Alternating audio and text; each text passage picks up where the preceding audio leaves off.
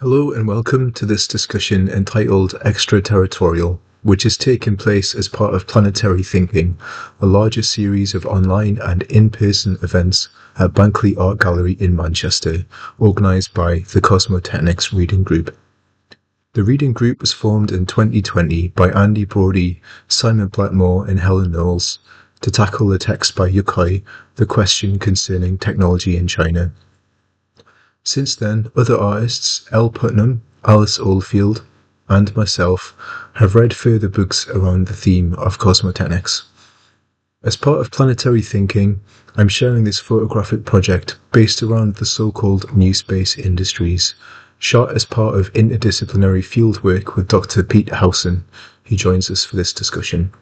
He's a political ecologist with a critical interest in technology and an assistant professor of international development at Northumbria University, here with me. We're also joined today by Dr. Lauren Napier, who is an expert in space law and is also a member of the interdisciplinary space research group at Northumbria, along with Pete and myself. Welcome both, and thanks for doing this. Thanks for having me, Paul. Thank you. I'll start off with a bit of context. One of the strands of cosmotechnics that I keep returning to in my work is how might we conceive of technologies that move away from the dominant mode of Western capitalist big tech and into locally constituted forms that are more harmonious with local needs and resources. So this talk considers NewSpace industries from a ground-based and earth-based perspective, using the photographs as a jumping off point for talking about what impact NewSpace industries have on Earth, and how they form continuities, tensions, and superimpositions with Western and indigenous beliefs about the cosmos. Two of the photographs from the series, and a video work called Lithic Orbit, will be on show at Bankley on the 22nd and 23rd of November, alongside work from Alice Oldfield, Simon Blackmore, Andy Brody and L. Putnam. We're looking at two photographs of Spaceport America, which is in New Mexico, not far from Truth or Consequences. It seems like a good place to start talking about new space industries, given that Spaceport America is the world's first purpose-built commercial spaceport, designed for commercial users that don't have their own airport or rocket launch facility. So starting with the term new space, Pete and Lauren, could you tell us what that means? As I don't think it's a term that's really made it into the public lexicon as of yet. Well, for me, this idea of new space isn't a space race which is wholly different from the space race that we had after the Second World War between Soviet Union and the US. The only thing is, for me, this is not now it's not a technological step forward. It's not like we've suddenly have all these new space technologies and we can do all these wonderful new things. I don't think that's the case. I mean, what's new about new space is that it's a new economic and political moment that we're in, not a technological one. I mean, obviously, there's always been these sort of free market fundamentalist aspects to the space race in general. There's always been private contractors bidding for work from the US government. Now, I think what we're seeing is that actually free market fundamentalism is at the center of things. It becomes the whole purpose of it is capitalist expansion. It's not necessarily geopolitical. It's not about asserting one set of geopolitical interests over the other. It's about free market fundamentalism and economic growth, and that's what's driving the new space, I guess. That's what I think. How does that kind of track with the legal perspective, Lauren? Hi, yes. So I'm actually going to be a bit provocative and say I don't like the term new space.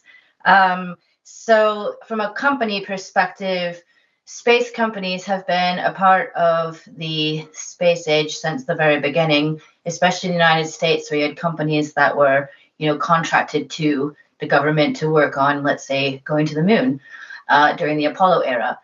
I also want to branch it out a bit and say that new space is kind of really hyped up through the media, and there's not really any legal background to the term new space. We don't have a legally binding definition. There's a bit of ambiguity, and the reason I say ambiguity is also because an emerging space state, so a smaller country that's now coming into space for the first time, perhaps with a CubeSat, is also considered a new space player. So I think that one thing to be mindful of is that a lot of the terminology could mean different things to different people, and without having it solidified in any kind of legal document, it opens up for interpretation. So for me, new space industry could be, yes, the now startups and small medium enterprises coming into the space industry on a larger scale, or the fact that commercial space in a bigger scale is now standing apart from just contracts with the government. But it also can mean to me smaller countries or academic institutions that would like to put small sats into low Earth orbit to expand their knowledge and understanding of how to use space for things like sustainable development and daily use on Earth. So there isn't really any technological novelty here, just a closer and more explicit relationship between the space industry and privately funded companies. I'm not sure if this is kind of a disappointment for people hoping to see fancy new space technology in these photographs, but they're often of places where there's already some kind of relationship between the land and the cosmos, whether that's via an RAF radar base or the kind of church infrastructure on North Uist, which is mainly Protestant churches, I believe. This was our first trip really into new space, and I think there's a lot of overlaps between these images and the ones that you showed in the previous slide from New Mexico. At the same time we were there in North Uist, there was a UK space agency tour of major cities all around the UK called Spaces for Everyone, and I thought this was obviously a bit odd. Like, it was a time when Virgin Orbit had just gone bust because their rocket had just blown up over Newquay, and not just that, but you can see from the previous slide, you can go back because we can remember it, but like how exclusive these places are, especially with the space tourism aspect. This industry is not for everyone. This is for the super rich, and I thought, when we were in Scotland, were these huge, grandiose space projects coming to Scotland, and why would that be? And especially, given the overlaps with the kind of militarization of this industry at the same time, I was thinking this is a facade. Like, the free market aspect of this isn't actually purely in the interests of economic elites wanting to go to space just so they can tell their mates that they have.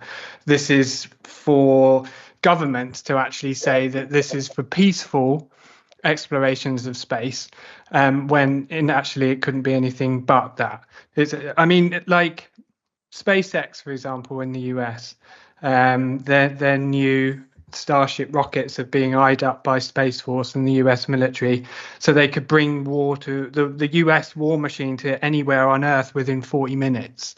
You could see that actually SpaceX are working for a larger military complex, and I think that's the same in the UK and the drivers for it here. This isn't just about equitable economic growth in Scotland. This is for the US military interests, and it was very obvious from that trip to Scotland.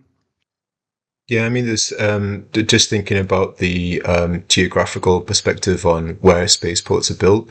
There's often this kind of overlap with kind of optimum places for where a radar base might be, which there's some photographs of that later on. So that, yeah, there's already geographically like a shared kind of military heritage or connection with the placement of them around the world. So Lauren, like from a legal perspective, I mean, could you tell us a little bit about the kind of connections between private contractors and state-run space activities? Because this isn't really a new thing, is it? No, I will say before that, from a kind of space governance perspective, Pete was bang on when he mentioned that, this isn't just about growing the economy in Scotland or the UK. Actually, it's slightly established that to be a major space player, you have to have launch capability. And the UK, through their space strategy and then the integrated strategy, as well as what I'm seeing with the AI and cyber strategies, are all in alignment that the UK really wants to be that tech power. And one way to do that in space is to have launch capability. So in terms of that, through the Outer Space Treaty, which was came into force in 1967. So again, this is a product of coming out of World War II, the Cold War, the original space race, and making sure that we had detente and we didn't have a space war, so to speak, or a World War III that involved space and nuclear technology. The Outer Space Treaty is very much grounded in that comparative race between the US and then Soviet Union. But I'd like to mention that within the Outer Space Treaty, there is the understanding that so those states that sign and ratify the treaty are beholden to it. And there is a tenet in there that non-state actors, i.e. companies or organizations, are then under the influence of the state. So the state is responsible for all non-state activity that happens in space. Therefore, if you have the spaceport in the UK and it is deemed a launching state and it is a UK activity with a UK company, then the UK is responsible at the international level, full stop. So there's just this idea that all liability and all responsibility might lie with a company, but for international purposes, it is very much with the state. So the state needs to be mindful of, who they are basically giving a license to go into space and what that might mean for both of them from a liability perspective. Yeah, that's really interesting that the state still has kind of ultimate responsibility for the corporate players in the new space industry.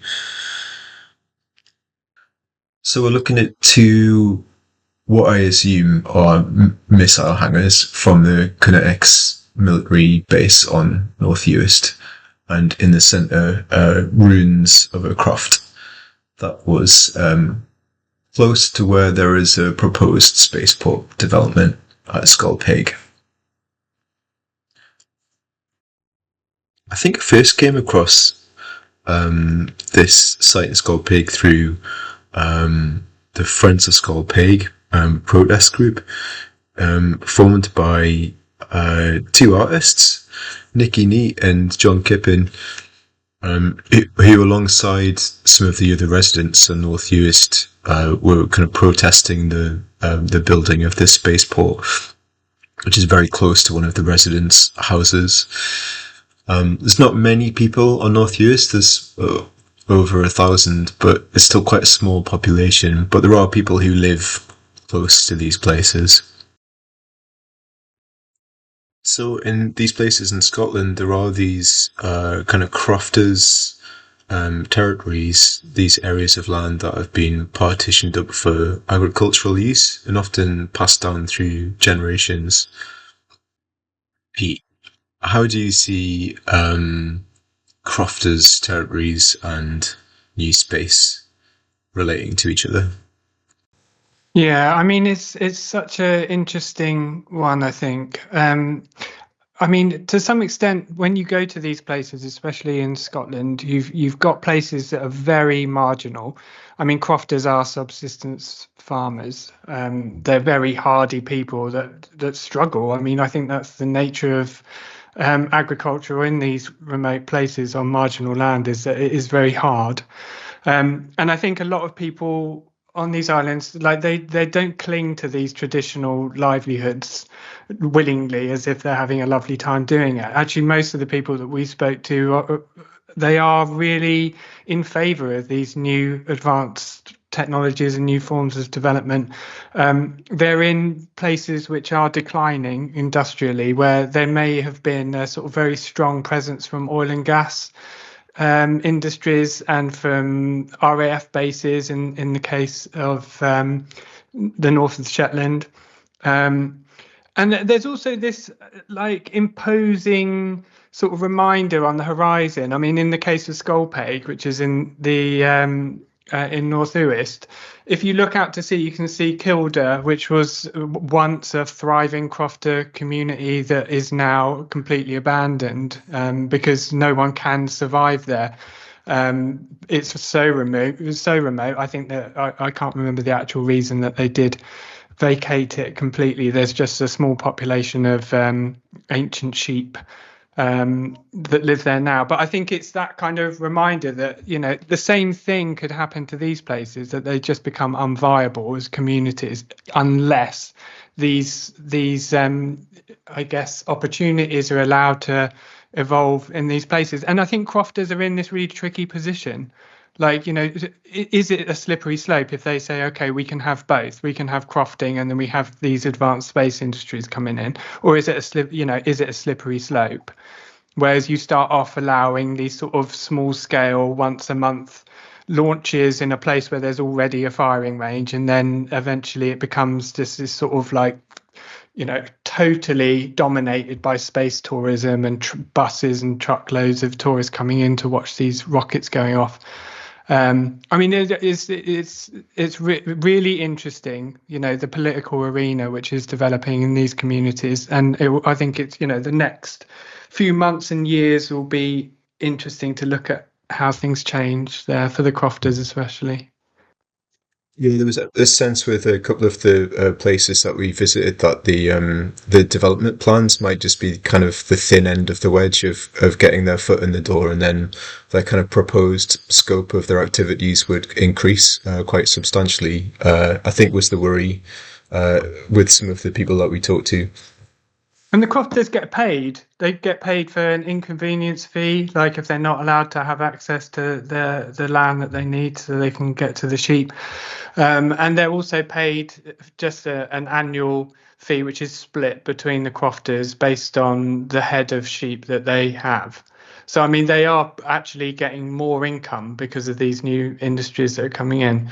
There's, I mean, it's not fair to say that they're wholly in favour of these. So we've met lots of people that were really resistant. And it's interesting that it doesn't follow the same kind of sort of NIMBY type. You know, you've got the rich landlord that's pushing back against it, and you've got poor people that want it. It's way more complicated than that, I think.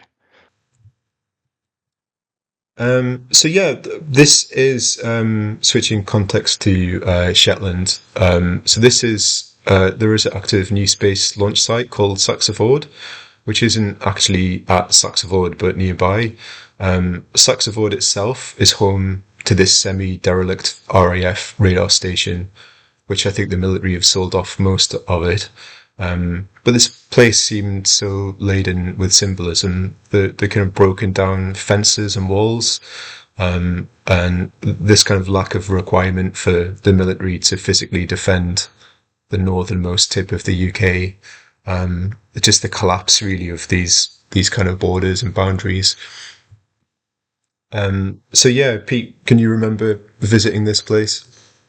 Yeah, I mean, it kind of looks like it was left in a hurry, doesn't it? It looks like the actual kind of, you know, Russians actually came in and they just ran away or something, but that's not what happened. I'm not a historian, but I mean, this place hasn't been formally decommissioned. It looks really like the military has just left. They've sold it off. And like, I think so much, as is the story that's repeated, I think, in these remote communities, that there isn't this kind of just equitable transition into something else. It's abandonment. And I think it leaves a lot of people in these places that are. I think I don't mean this in like a hypey way, but I think like people living in these communities are preyed upon by new industries. It's like, well, your government isn't going to come and look after you, so you have to hold your arms open for these new private interests that are going to come in and save you instead.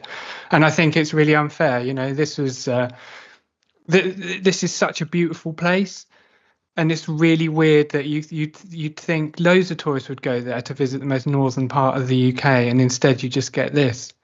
But it's that's what I got. I got a feeling of sadness when I was there, but at the same time feeling we shouldn't be there and we should we might get arrested. There was we we might have had to email you, Lauren, but there was this is the same place actually from kind of across the other side of the landmass, looking at Saxiford on the top of the hill, the windiest place in the UK apparently.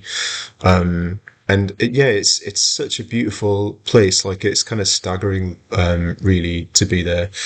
But yeah, it was really kind of symbolic to me that the only functioning part of that RAF base was the radome, the thing responsible not for kind of ground-based physical defense, but kind of using radar waves and the defensive position was kind of in the skies, and that seemed quite symbolic.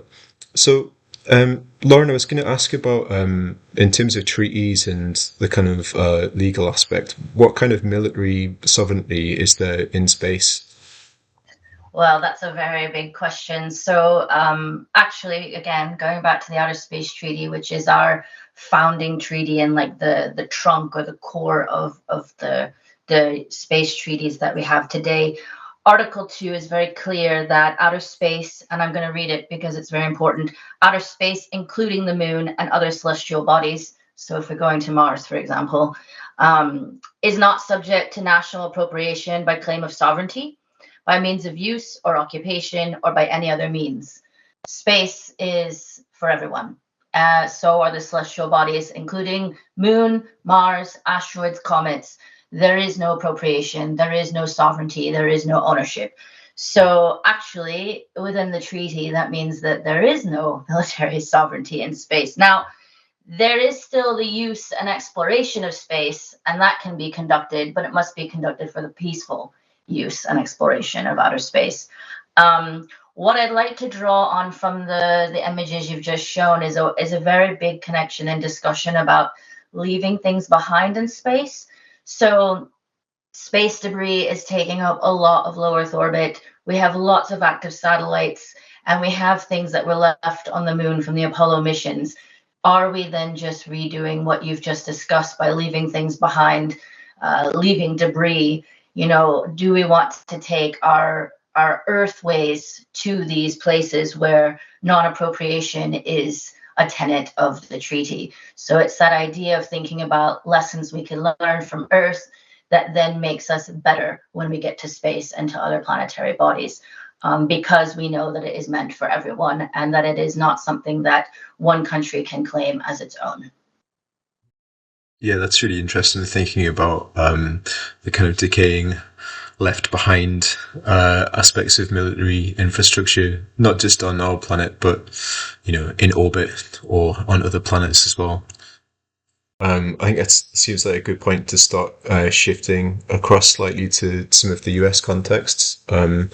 So we're looking at, on the left-hand side, it's a TV screen inside of the mission control at Spaceport America in New Mexico, which I guess has got kind of the Richard Branson's kind of colour palette on the curtains, and in the centre a RAF bunker in Shetland, and also the view of the Saxiford site in Shetland through the kind of like peephole of another RAF defensive bunker. So yeah, this kind of continuity with military infrastructure in these spaces just made me think about Paul Virilio, cultural theorist, and his bunker archaeology book. he kind of grew up in post-war southern France and spent time exploring all of these similar kind of military bunkers as a kid. And that was kind of the root of his ideas about how war structures perception and war structures vision, and looking through the kind of rectangular kind of defensive peoples in these structures, you can kind of see this connection with how kind of war unfolds on screen and in entertainment, and kind of imaginaries of people involved in the space industry. It's such like a kind of seductive like fantasy for a lot of people to entertain, thinking about space. Pete, what are your thoughts on socio-technical imaginaries? Yeah, I mean, well, just starting on the left there, I mean, it's just behind that window, the you could see where Virgin, I can't remember is it Galactic, the one with the space planes, but after Virgin collapsed in the UK, the whole company just very quickly moved to Spaceport America and set up shop there instead. And it just showed how sort of mobile these industries can be. I mean, if there's unfavorable regulation or some sort of environmental constraints in one place, they'll go and find a willing sort of host somewhere else very easily. So they don't have those same sort of geopolitical kind of political ties to particular places. They'll just go. It's almost parasitic, I guess you could say, to about some of these. It's not just Virgin, though, because if you look into the distance just on the left of the Virgin Galactic base, there's the BAE Systems, where they're developing their solar-powered space planes and things over there. So it's even British. What used to be a British government-owned company is now moved to Spaceport America over there. But I think, I mean, you could tell that these places and this industry is a bunker in itself. It is a fallback position. Like if we do screw up Earth completely, space is that ultimate bunker where we can just go and live off-world in safe places. And when I say we, I don't mean humanity. I mean the rich and those that can afford it. There's another book. I can't remember the name of the book that you mentioned, Paul. Sorry, but after you've read that one, there's a book by Bradley Garrett called Bunker: Building for the End Times. But it does. He in that explains how many, especially far-right libertarian communities, a bit like Elon Musk and his cult of followers, are often preppy. They're preppers. They belong to this community where they're constantly fearing that the end of the world is coming. There's going to be this breakdown of capitalism, which is equal to the breakdown of society, and they need to go and find these sort of bunkers that they can go and hide away in. So I think it was really apt to think it was really kind of seeing all of these bunkers that were sort of potted around all over these sort of spaceport complexes was really interesting. Again, into the American context, we're looking at 3 different viewing locations for spaceports. So there's a memorial bench on the left, which is pointed at the Saxavord launch site in Shetland. The surprisingly cheap-looking bistro chairs, on the right, are at the base of the Spaceport America Mission Control in New Mexico. That's Mission Control, and at the top there through those windows. And then in the center one is in Navajo Nation, where we happened to visit it was on the day of the solar eclipse in March earlier this year. And Pete and I just ignorantly didn't realize that it's Navajo tradition to stay indoors on a solar eclipse and to sit in quiet contemplation. So we were kind of, ignorantly walking around trying to talk to people on this day. But yeah, there's clearly a much starker divide between the kind of Native American ideas about the cosmos and those of particular NewSpace players. So Pete, what are your thoughts on this? Yeah, I mean, just starting with the Navajo tradition. I mean, had we not have gone there, although we were being sort of ignorant tourists. I felt that way. But yeah, I mean, these people have their entire, I guess, living memory is quite painful, I think, in terms of sort of being victims of like US colonialism. I mean, to that, at the same time, they're also very proud people. Obviously, I don't mean to paint them as sort of like victims in every sense, but just that kind of history of having resources taken away from them, their like plutonium, uranium being used for the nuclear weapons program, which was taking place just down the road, that's being used to sort of irradiate their own ancestral customary lands. And now this new industry is popping up, and without really asking them, is going to turn their ancestral land into a huge rocket missile site. The picture on the left there, I mean, Saxe-Ford were really thinking about tourism and bringing in new money, I guess, in with this industry that they were trying to prop up. Like, it was almost like they were trying to vertically integrate everything, so that Saxe-Ford owns this big hotel complex which is due to be developed soon, and then they're thinking about how they could maximize sort of viewing locations for these people that will be flooding onto North Uist. So I think, yeah, I mean, that's what that sort of picture represents to me. But so, yeah, it was a bit more exclusive, I think, on the picture on the right with Spaceport America. So they're not necessarily wanting lots of tourists to come there. It's very sort of hard to get in, have a look around. They'll bring coachloads of school kids occasionally when it suits them, their STEM agenda. But it's quite tricky to have a look around.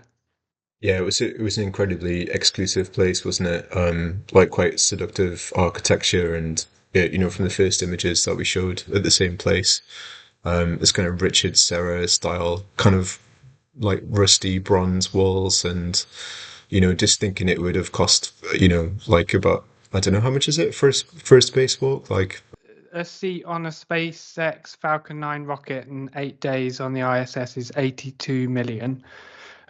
Virgin Galactic charge 450,000 for a seat on one of their space planes. I mean, and obviously that you don't spend days in space on that. It's a few minutes of weightlessness. I understand. that's all right. It's good to know, just so I can budget for it, you know, Yeah. later in the year. So, Lauren, from a legal perspective, you know, are there any concessions for Native Americans in treaties, or is there any mention of kind of land ownership from that perspective?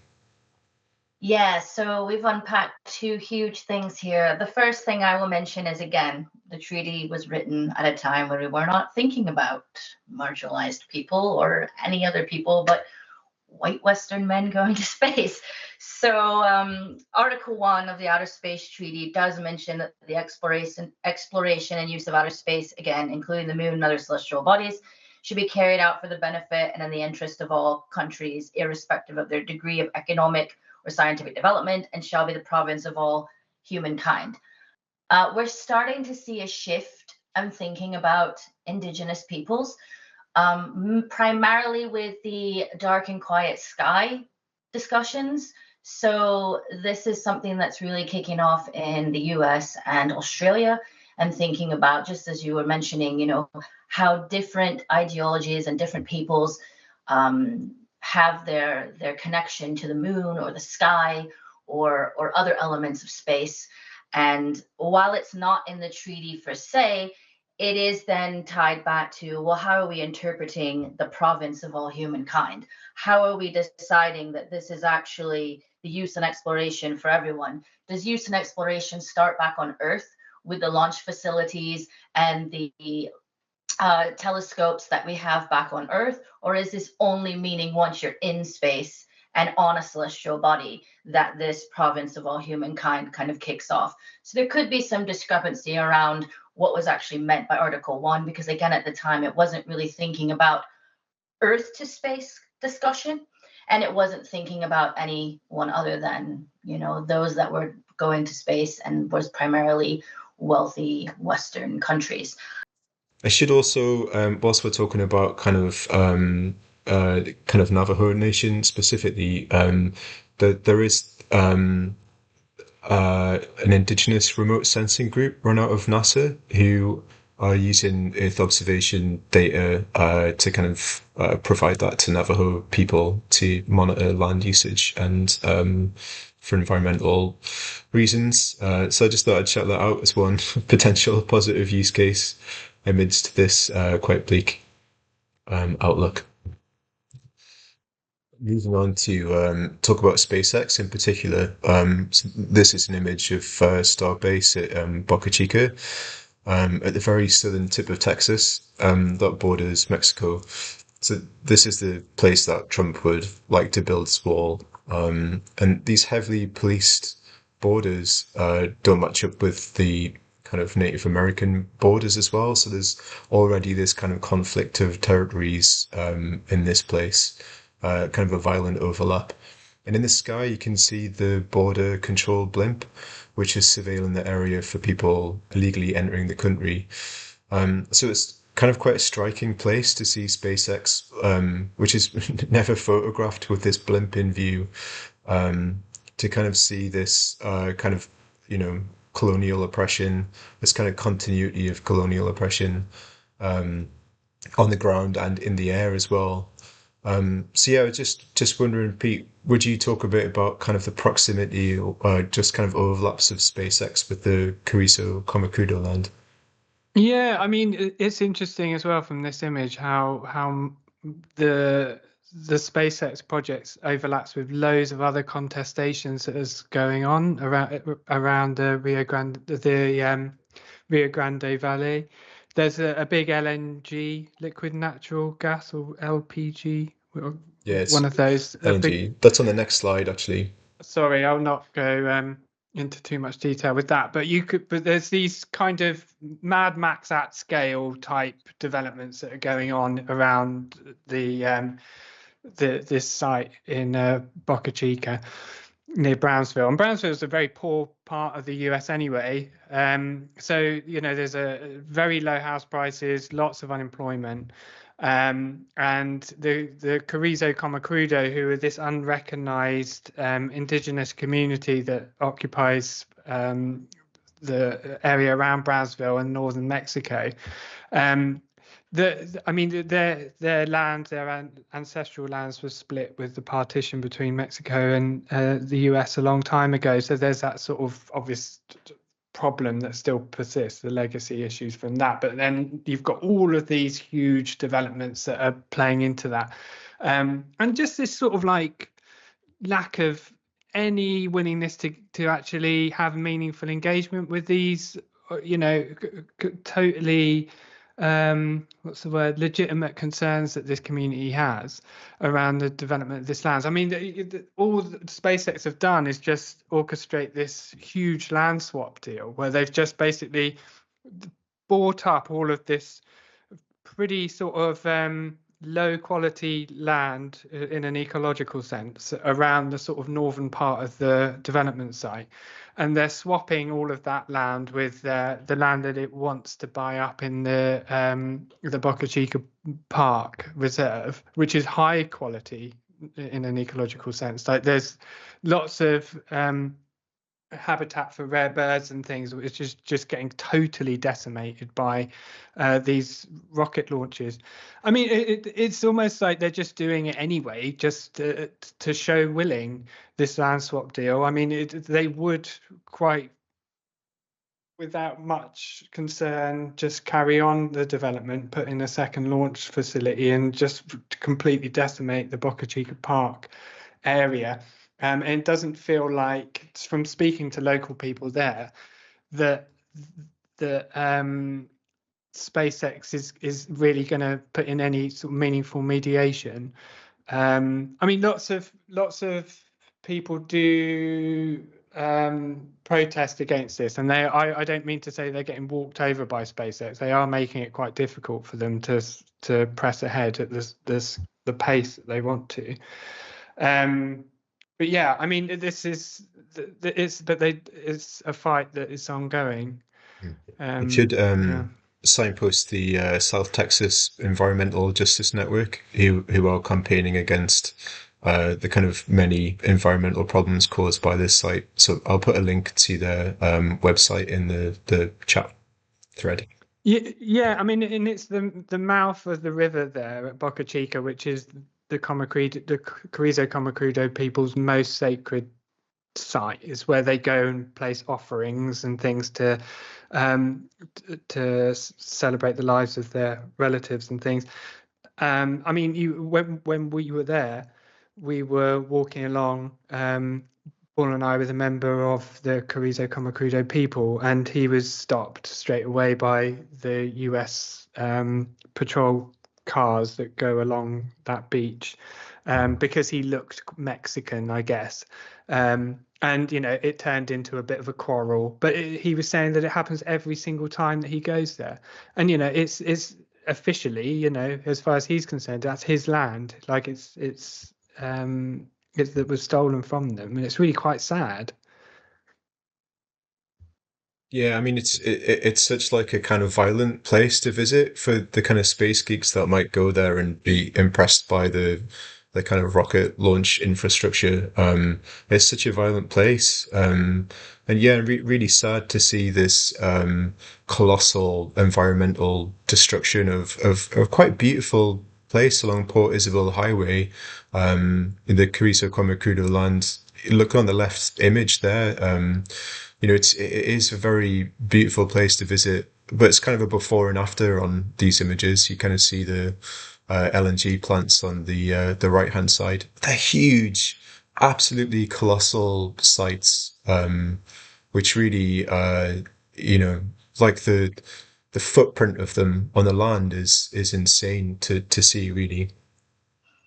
Yeah, I mean, and lots of the local people that we spoke to were sort of talking about why politicians are allowing this scale of development to go ahead, without any consideration of the local ecology or anything. And lots of people are saying that these politicians, they just want to have their photo taken and rub shoulders with Elon Musk. Like they're just so swept up in the sort of cult mentality that comes with it, that they're willing to sort of put the interests of their constituents to one side and just focus on that. Lauren, kind of asking you as a as a Texan, but like, what are your thoughts? I mean, we're just about to come up to the kind of American election as well, and obviously there's a threat of Trump getting in. Elon Musk and Trump now dance together on stage. Yeah, what are your kind of thoughts?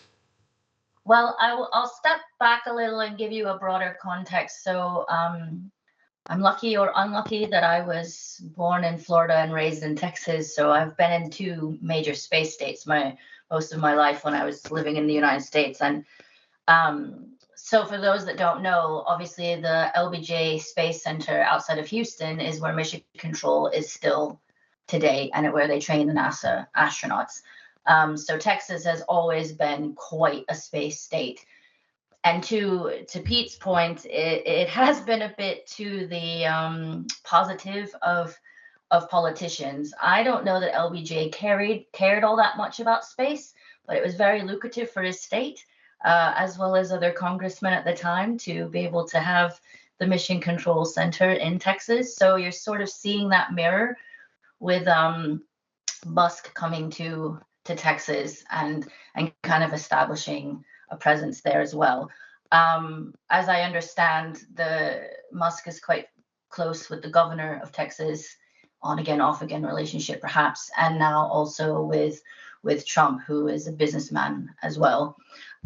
So we're starting to see that it's not just politicians that may be aligning in their best interest. It's not just states that are aligning for prestige and for their best interests, but now also individuals that have large corporations. And don't forget, if Musk is coming to Texas for SpaceX, what might he then do in terms of Tesla, X, which used to be Twitter, anything around, what he's working on, let's say with AI or autonomous technologies?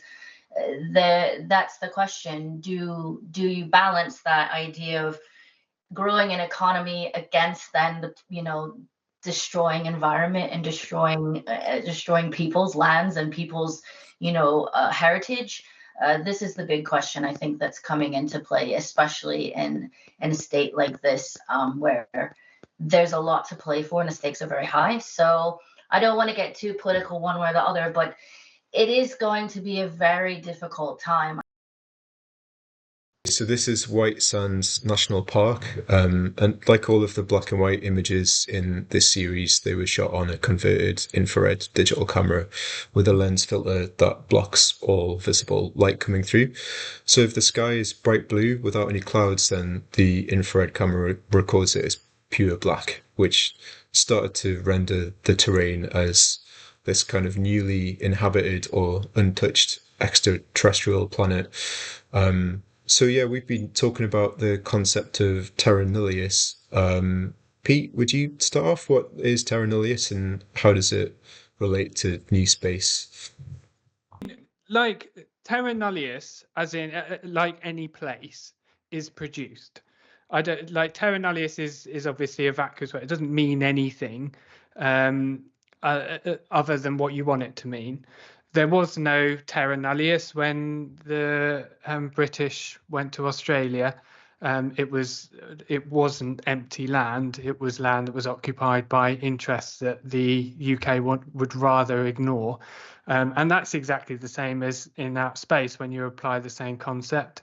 We could think about the moon as a barren rock that has no interest from any particular party. It's just obviously unpeopled, but it has a lot of spiritual interests from lots of communities. The Navajo we've spoken about already, that hold the moon as being sacred, and that's the same with a lot of indigenous people. So as part of this project, we went to an island called Biak in West Papua, where we spoke to indigenous people that were being evicted from their island to make way for a space launch facility there. That they hold the same reverence towards the moon as we've found in many indigenous communities in the US. So I mean, these places, it might be that they don't walk around on the moon, but they still go there in the form of astral journeys. They want to look up to the moon and know that it is vacant of any people. If you have sort of lots of blinking flashing lights and strip mining going on the moon because of a rich person thinks that it is terra nullius, and it's going to have implications for the worldview of these indigenous groups. So yeah, in terms of thinking about the moon, there's three legal points. Again, the moon is then a non-appropriated place under the Outer Space Treaty, and it is open for use and exploration by all. There is the 1979 Moon Agreement, which unfortunately is only been ratified by 17 states. And the United States is not one of those. So there is a lot of contention around the Moon Agreement, because the Moon Agreement is very much about this idea of protecting the moon itself, kind of seeing it as a place that can be used without appropriation and is in accordance with international law and as such a bit of a global commons, so to speak. But again, out of the 100+ member states that are part of the United Nations Committee on the Peaceful Use of Outer Space, only 17 states have decided to join that treaty. So we're going to now move into a territory of states agree that the moon is part of the Outer Space Treaty and the Liability Convention and the Registration Convention, but not all states see that the Moon Agreement is a viable legal option for them, because they want to be able to do things that are a little bit more outside the box of the treaty itself. Additionally, we have something called soft law, which means it's not binding on any states. A state can choose how to use it, much like a tech standard or a best practice. And it's the COSPAR Planetary Protection Guidelines. And essentially, through these, it ranks the different celestial bodies in terms of backward and forward contamination and how we should protect it. And the moon is seen as a barren rock. So this idea of, a sustained presence on the moon to then go to Mars, and thinking about using the regolith for, you know, resources and doing this mineral extraction and space resource, means that, yeah, then we're going to start to go and look at the moon at night and see that there's a continued presence up there, and that they are adhering only to thin treaty guidelines from 1967 because they don't want to follow the moon agreement from 1979. So what is that going to mean for our ideologies and our religion and our daily life when we start to think that the moon is now habited and used, with very little legal backing behind it? It's a very unnerving feeling, from my opinion, because, you know, the moon is something that's, we see it every day. We're used to it being our sister next to us. It affects our daily life, especially in coastal regions. To think that it's now going to be used more, I guess, not, I don't want to say sustainably in the positive way, but in a sustained presence, constant use, with little to no legal backing, is a bit disturbing, to say the least, from my perspective. It's really interesting thinking about soft laws and how tentative and speculative a lot of these kind of bits of legislation are. Lauren, could you tell us a little bit about safety zones, which seemed like another interesting way of framing territories on the moon? Yeah, so the safety zones, if anybody's read the news in the past few years, is something from the Artemis Accords. So again, it's the US and its colleagues that have come together for the Artemis Accords. This idea that they're holding to, you know, again, in the Outer Space Treaty, there's no appropriation of the moon. However, you can have installations on the moon for scientific, not military, but scientific development. So let's say you do have a settlement on the moon that maybe is an Artemis Accord collaborative settlement or habitat, or maybe it's, you know, the US has one, and then, you know, ESA, European Space Agency, has one, China has one. This idea of a safety zone of, don't come too close to our settlement for the safety and security of the astronauts and the scientific exploration. But it twinges a bit of, well, if you're not allowed to be next door, then are you saying you've appropriated this space, even though you're not supposed to own the land and appropriate the moon? So there's this discrepancy around, what do we mean by safety zone? Why the term safety zone? You know, there is the understanding that obviously for safety and security of astronauts and human life, you want to make sure that everyone is aware of what's going on. But that could just be discussion about transparency and communication. So there's a lot to be unpacked and understood about what the Artemis Accords means by safety zone, because you can't own the moon, but you can own your habitat. So it's just kind of this idea of maybe perhaps protecting the habitat, but also, as we saw in previous photos, as we know with most government facilities, there are fences, so to speak, around things. So it's that question of, what do we mean by safety zone, and do we mean it in the sense of land and keeping people out, or do we mean it purely for safety and security of the human life, because the moon is not hospitable to human life? So that's something that I'd like to see kind of discussed more as we get closer to actually putting humans back on the moon. So back here at White Sands National Park, and this image is of a few tourists looking around. What I love about this image particularly is the way that they look like early colonizers of a new planet, scrutinizing the soil. One of the tourists has got their sun hat looks like a astronaut's helmet, and White Sands, you know, it's got such like an interesting history connection with Manhattan Project and missile manufacture in the US, at the same time as being this kind of contested indigenous land overlapped with what's happening there now. It seemed to kind of wrap up quite a few of the different thematics that we kind of came across when we were doing this field work. Yeah, so White Sands, interesting place. It's in the bottom of New Mexico. It's I don't know, maybe half an hour away from Spaceport America. It's I guess it's always been the traditional land of the Mescalero people, that still hold it as their own, even though that most of them live in a reservation over towards the east of New Mexico. What's really interesting, when we were there at White Sands a few months earlier, they had found these footprints, ancient footprints of well, I guess Mescalero people. Now, the Mescalero have always said that they have occupied the land there for many tens of thousands of years, and they were always told by archaeologists, you're wrong, because there wasn't a land bridge between Russia and North America at that point. So there's just no way that holds water at all. And then when they did carbon dating of these footprints, and then they actually found that the Mescalero were right. They had been there for that long.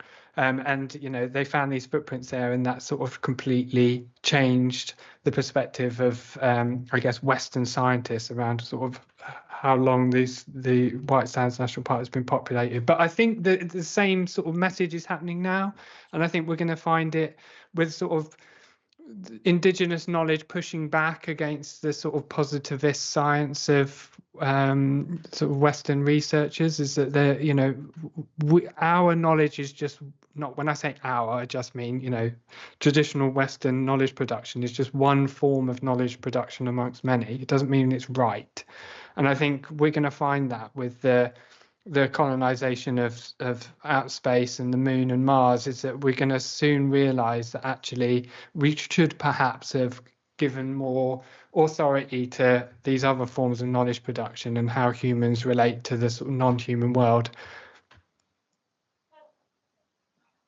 Thanks, Pete. And Lauren, have you got any comments?